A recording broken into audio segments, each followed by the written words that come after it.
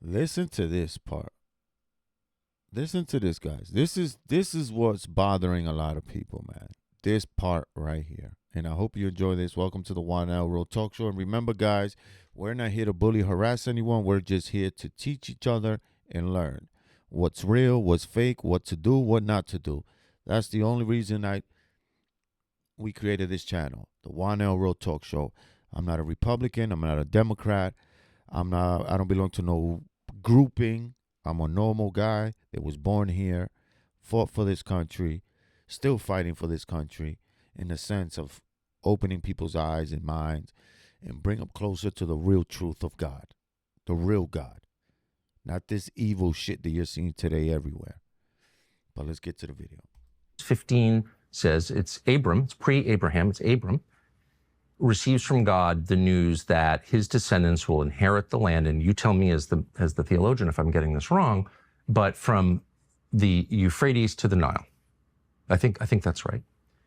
And that would include like basically the entire Middle East. That would be the Levant. So that would be Israel, Jordan, Syria, Lebanon. It would also be big parts of Saudi Arabia and Iraq. It would be, I mean, I'm not sure it would go that far. I mean, it would be a big piece of land, but here's the point. It would be a lot of places that are now countries. But this particular area that we're talking about now, Israel, is a land that God gave through Abraham to a people that he chose.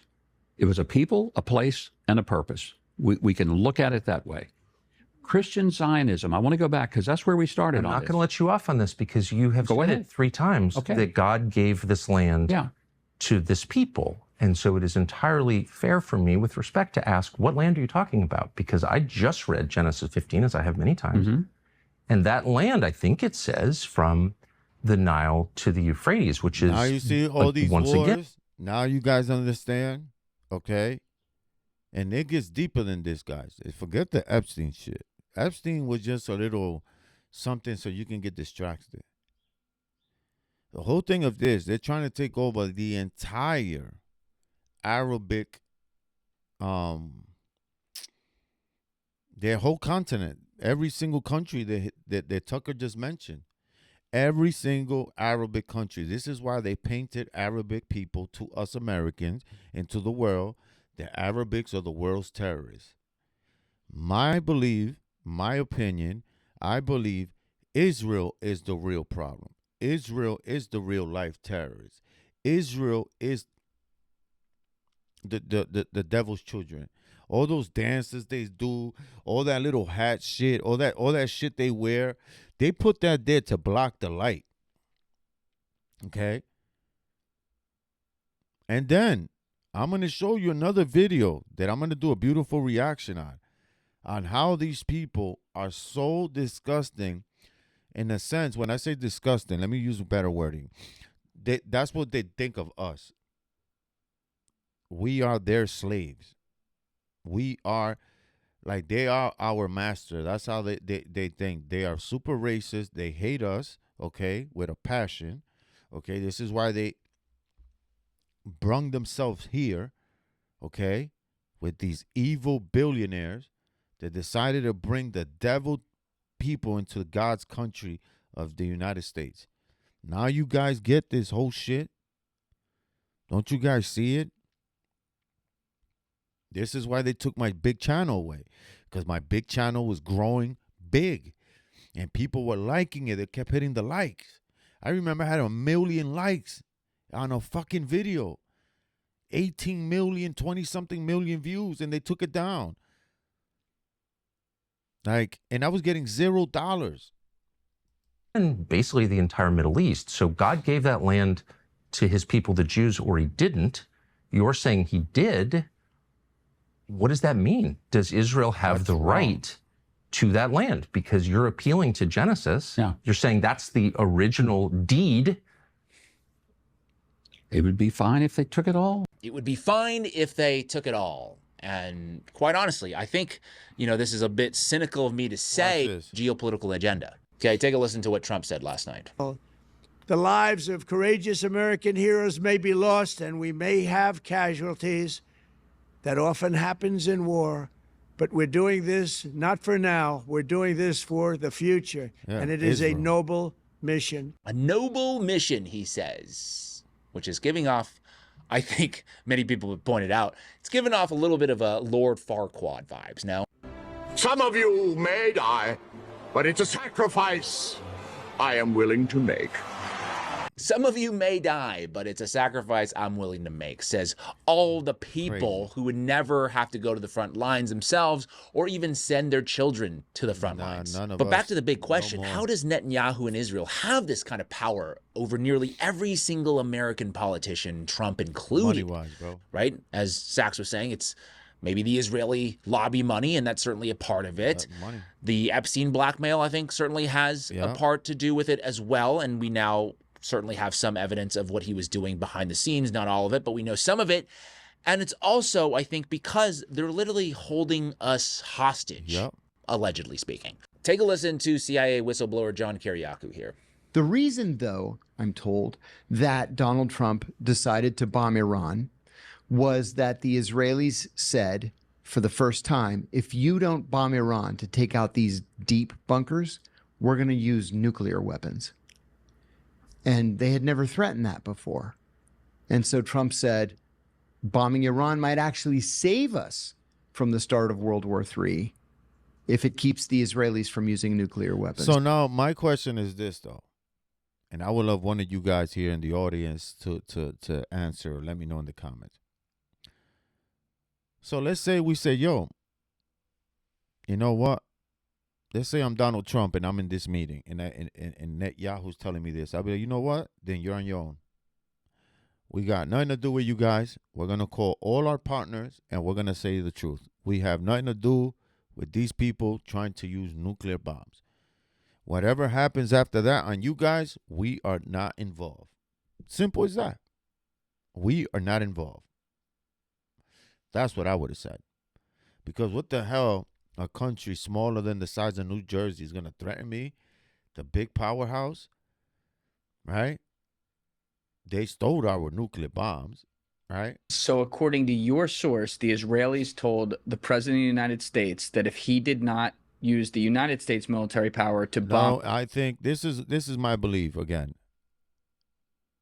I think all these stories were thrown there, you know, to yes, they might have come from important people in government to, you know, leak out all these fake narratives. But in reality, if they take over Iran, that's it. There's no more Arabic power because they just took it out. And then this is why they're going to go build that church, that the devil's church on top of God's church. That's the whole thing, guys. Why don't you see, bro? It sounds crazy at the beginning. The nuclear facilities in Iran, Israel, acting on its own, would use nuclear weapons. Yeah. Do you see why there's a problem with that statement, John? Yeah. Because they've never admitted that they've had them. That's right. So you're telling me that they just admitted to the president of the United States that they have nuclear weapons and we still do not have them in the IAEA treaty? I mean, if Israeli nuclear whistleblowers are to be believed, yeah, they've had them. They started working on them in the 50s. And that is basically the elephant in the room, isn't it? Which is that there is one country in the Middle East with nuclear weapons, we all know secret that. program that officially doesn't exist. Hi humans, it's Zoe London I from hate these Pablo Lazar, videos and too. today we are discussing chapter... By the way, now would be a Ugly-ass great people. time for people to familiarize themselves with the Samson option if you haven't already done so yet. Just the highlights. The Samson option refers to Israel's alleged strategy of employing massive retaliatory nuclear strikes as a final resort if the nation faces existential destruction. Named after the biblical figure Samson, it aims to deter enemies by ensuring that any aggression leading to the state's collapse would result in mutual destruction, serving as a last-ditch defense mechanism. We say allegedly, okay? But in all seriousness, I kind of get why Israel is sort of concerned about Iran, but you have to wonder why we in America are so concerned about Iran, a country that has never attacked us up until now. I mean, you can't tell me that with this many military bases around their country, they are... So, all these military bases are there, right? Check this out, guys. Yes, you see our flags there. Yes, you do. You see a lot of our flags. But in reality, when you take these flags down, they're all run by Israel. Every single one of them. And then, as you can see in this map right here, you see all these Arabic countries, okay? This is what they're trying to take. So this is that river that we're talking about, because Israel's on this side, okay? You can't see it here in the map. But it goes from this river all the way to the other side of all these countries. So now you see why they're trying to take over this whole thing. And all this is biblical, guys, because these are the area that Jesus and his mom, the dad, the 12 disciples went through all these countries, guys. And all this leads to biblical, guys. I'm telling you guys the truth. I'm not here to fucking clickbait none of you guys, okay? It gets deeper than this. It's like they always tell you, man. If I tell you, yo, look, this is my boy. He's a UFO. You'll think I'm crazy, right? More of a threat to us than we are to them. I mean, this is comical, this map. And there was one voice, one very prominent voice, loudly warning us that this doesn't make any sense at all for us to get entangled in another Middle East war on behalf of Israel. Let's be honest, this is more Israel pushing for Iran, but is that America's problem? That's I mean, maybe the answer is yes. Maybe the answer is, you know what? They were wrong about Iraq. They were wrong about Syria. They were wrong about Afghanistan. They were wrong about the Taliban. They were wrong about Libya. They were wrong about the Arab Spring. They were wrong about Yemen. They were wrong about the Arabian Peninsula. They were wrong about the 9/11 hijackers being Saudi Arabian. But hey, 10th time's a charm. This time we're actually right. Yeah, you're going to have to earn our trust in this one. And I think Charlie's right. It's a very weird obsession these people have, and you got to wonder where that comes from, in that they just keep saying, oh, we got to get rid of this guy or that guy, and now we can get peace, we can get prosperity, because we've literally tried this strategy so many times, including in Iran, which led to this fundamentalist regime taking power. And now Charlie's dead. This is Candace Owens, her words not mine, but something to consider. She says, quote, "We will never forget the day they murdered Charlie Kirk for this war, and he knew they were going to do it. He spent his final days mentally anguished, texting the very people who would ultimately betray him. In honor of Charlie, I stand against Israel." Like him or not, Charlie was always very principled in his beliefs, and I think, it may have cost him his life. And what I want to end today on is just to say, you can agree or disagree with this war. You can even support Israel if you want. I have always welcomed all ideas here so long as what we're after is the truth. And I've actually gotten a ton of backlash saying, oh, you don't care about the people of Iran. So, again, chat, the reason we give you guys these videos, man, we're not here to make Israel look like the bad people on earth. We're not. But the people running Israel, it's the problem, okay? I'm not talking about, again, I have friends and family members that live over there in Israel. Some are military. Some just live there because their parent passed away, and they left them a lot of cool stuff over there, okay? And they all tell me the same shit every time they come here to America. They're like, yes, we think, but those people in government are not the real Jewish people, man. These people are evil, and everybody's spying on you over there, okay? When we have these conversations, bro, they leave even the jewelry behind, okay? We go to a smoking area, we chill, no cell phones, no jewelry, no nothing, all right? We have grown-up conversations. I love you guys. Make sure, guys, you pray, you ask God to show you the truth, just like he showed me. Make him believe more into God than anything else. I love you guys. Subscribe to the channel. If you guys want more crazy video like this, all you have to do is just write a comment. I don't care what you write. Good, bad, ugly, don't matter. I read them. I love you guys. Have a good day.